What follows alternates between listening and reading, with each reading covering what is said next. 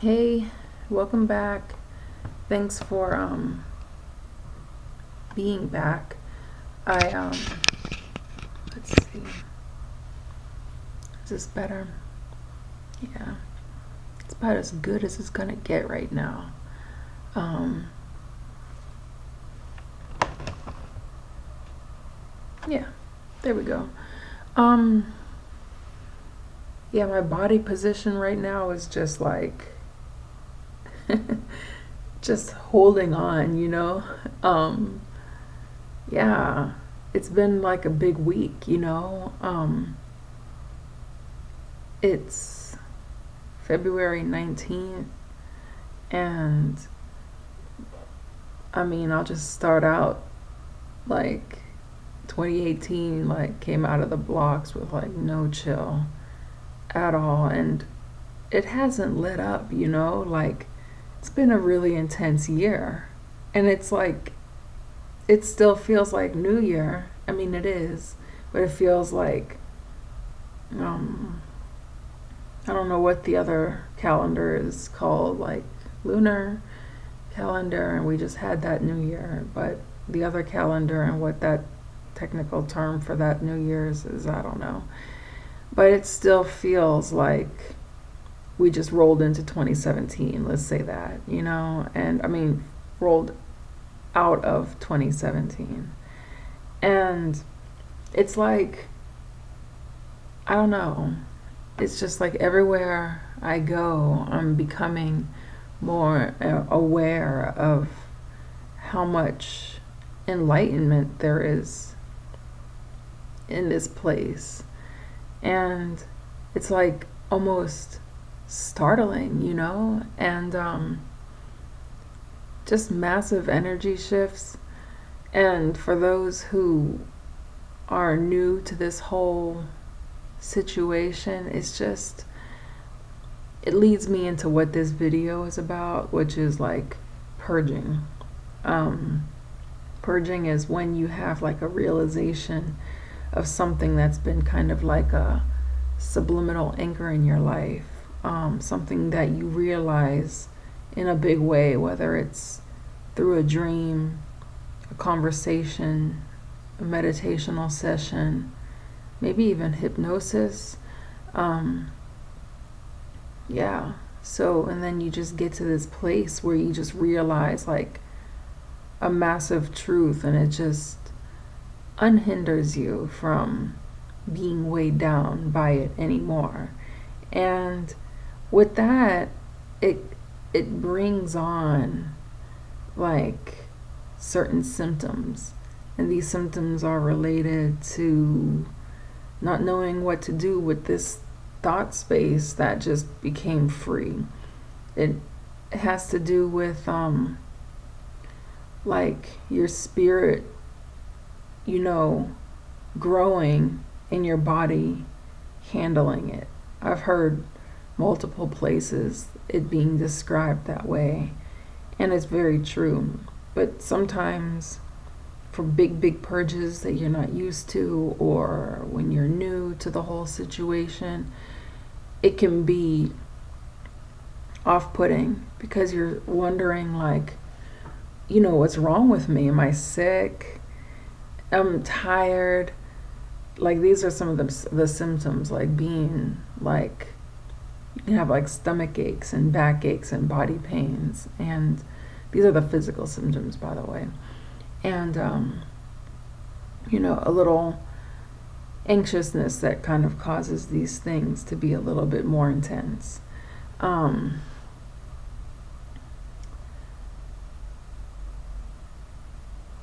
Headaches, maybe.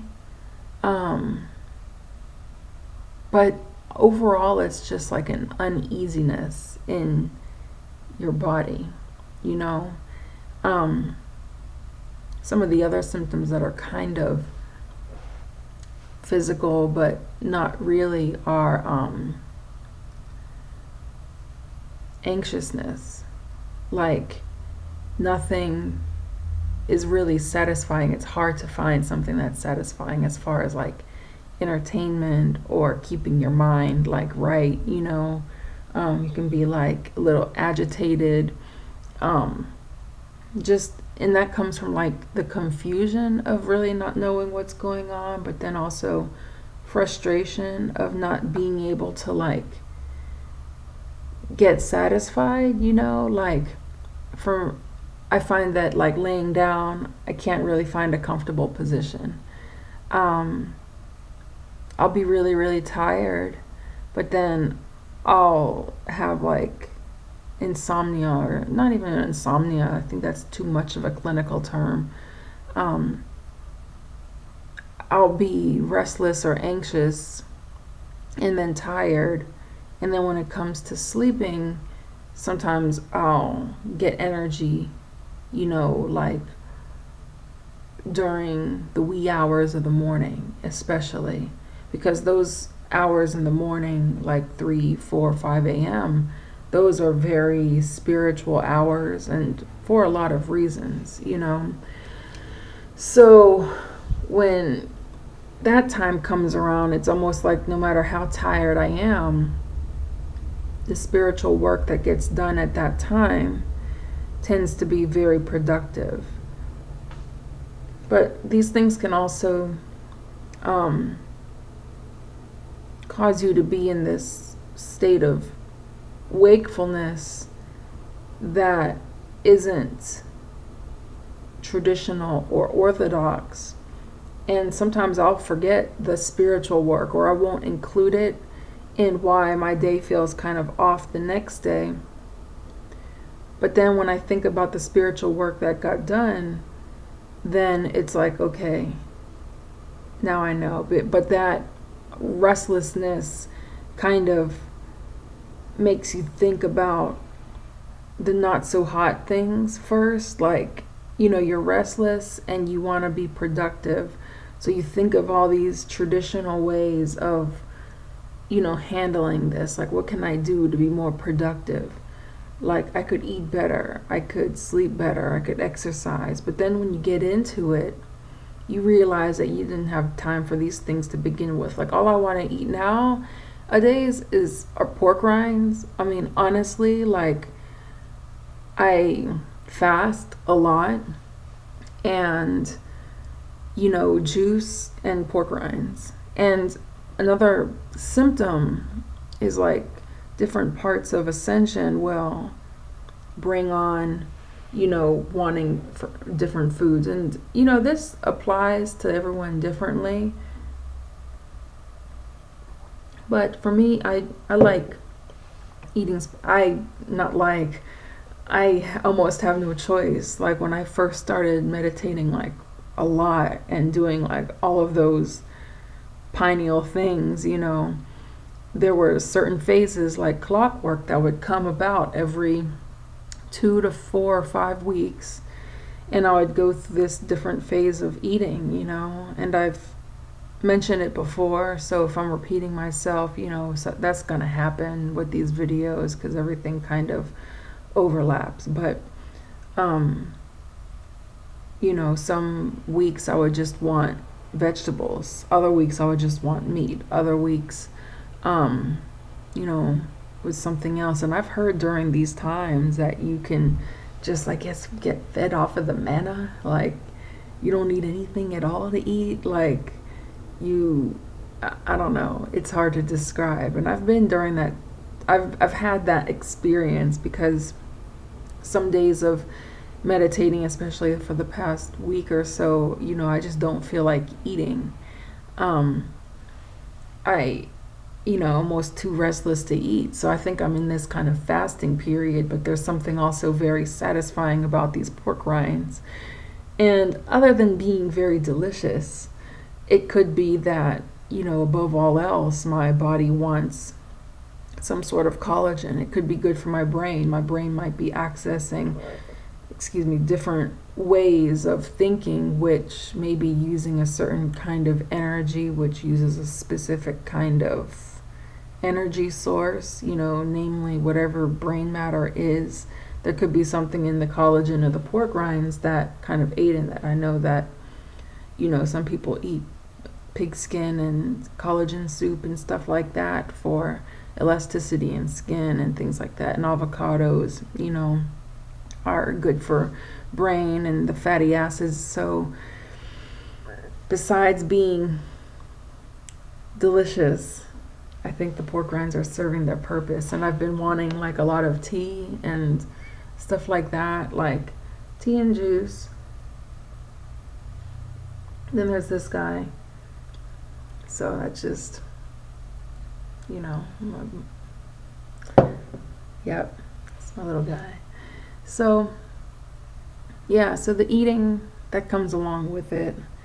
And I've noticed with the really big purges, sometimes it's so big that you don't even understand what's happening, like it'll throw my whole mindset off.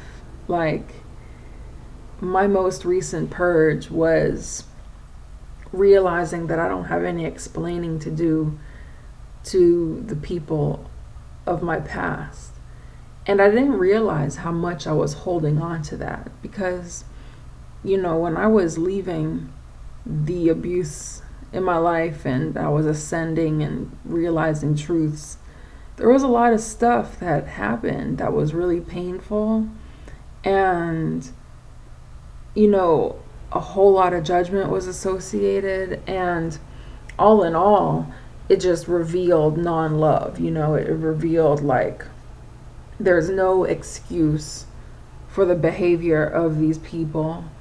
And being on the abuse receiving end, oftentimes when you're that person, you want to explain, because a lot of times these people are irrational. They don't play by the rules. They play by their own rules. They're usually very sociopathic, narcissistic, meaning that they don't adhere to societal standards of etiquette. They don't pay attention or even acknowledge the whole truth. Selective memory, selective truths, leaving out big parts of situations and conversations. And you're sitting here like, I love you. I grew up with you. You were supposed to be my friend. You were supposed to be this. And this is like friends and family that I'm talking about that I've had a lot of experiences with.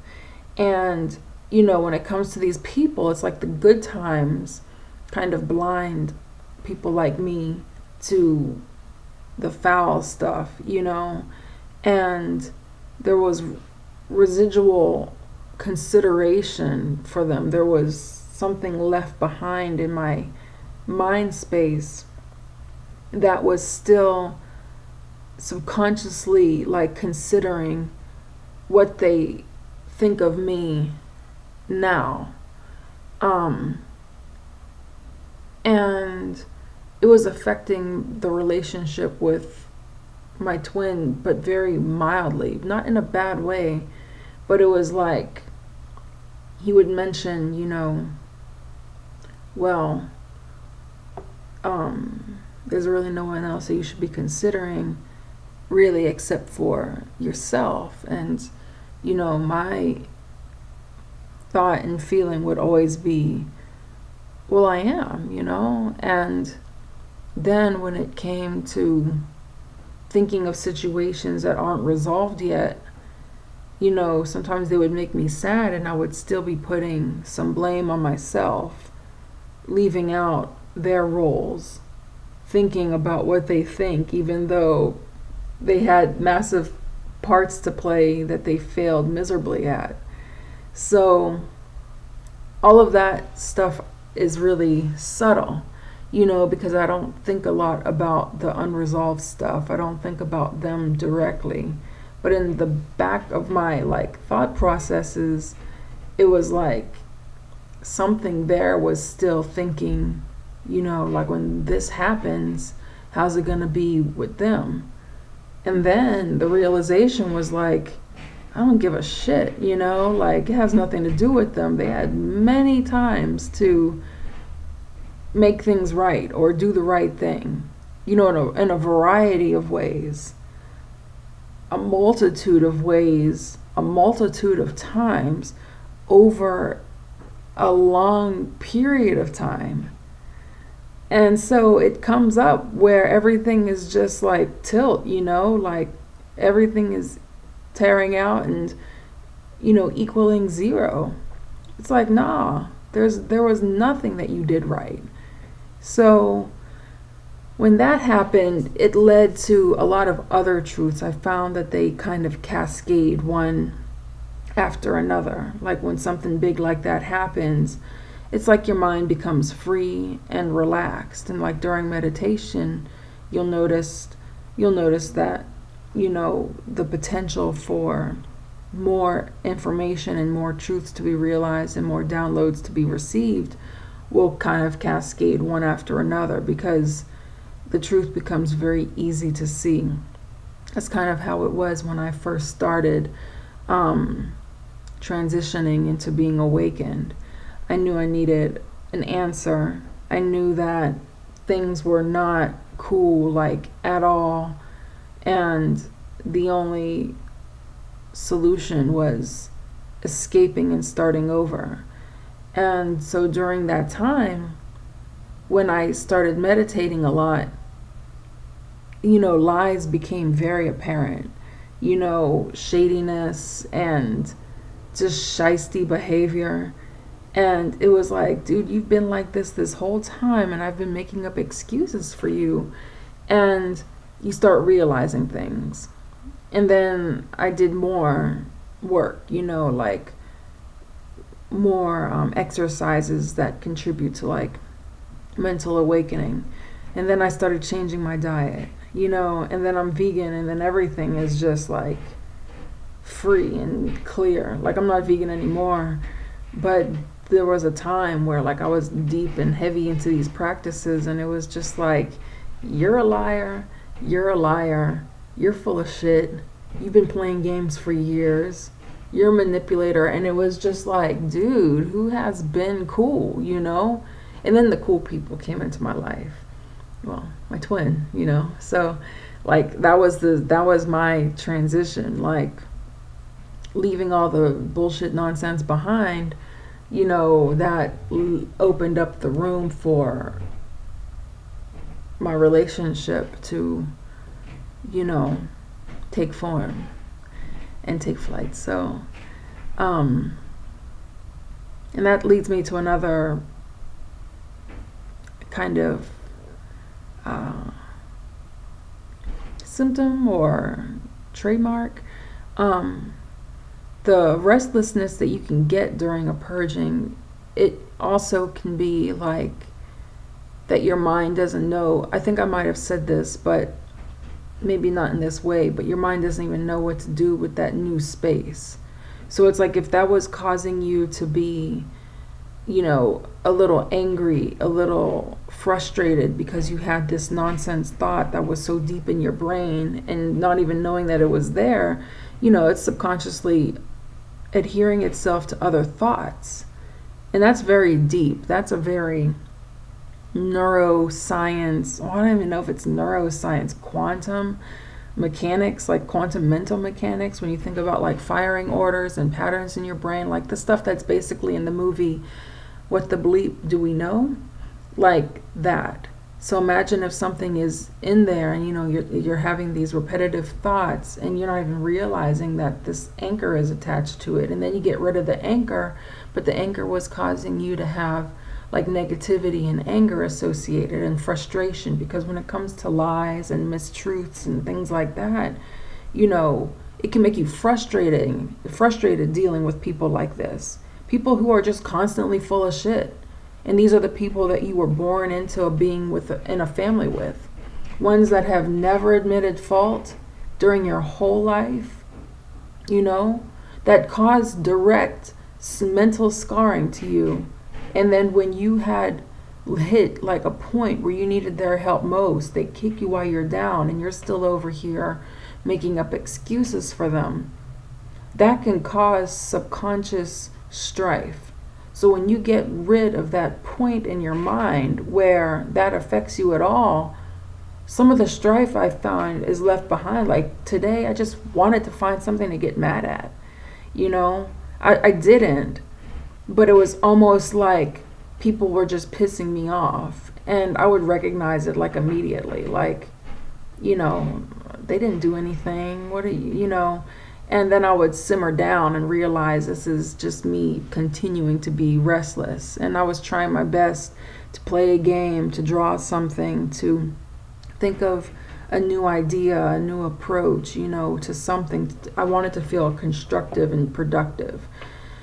So then, after about 2 days of being kind of like antsy, you know, little, you know, you wake up like, you know, on the wrong side of the bed, that little feeling, you know, after that simmered down, then it was just like clarity.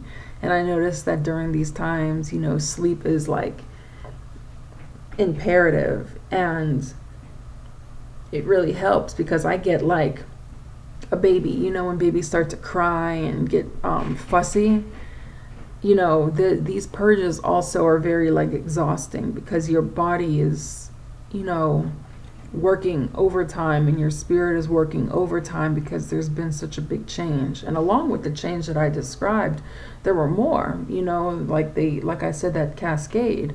So just recognizing it soon after it happens is good, because sometimes it's not really recognizable. It's like, you know, you might think that you're coming down with something. You might think that you're not sleeping well, and you may not be sleeping very well, but there's a reason for that, you know.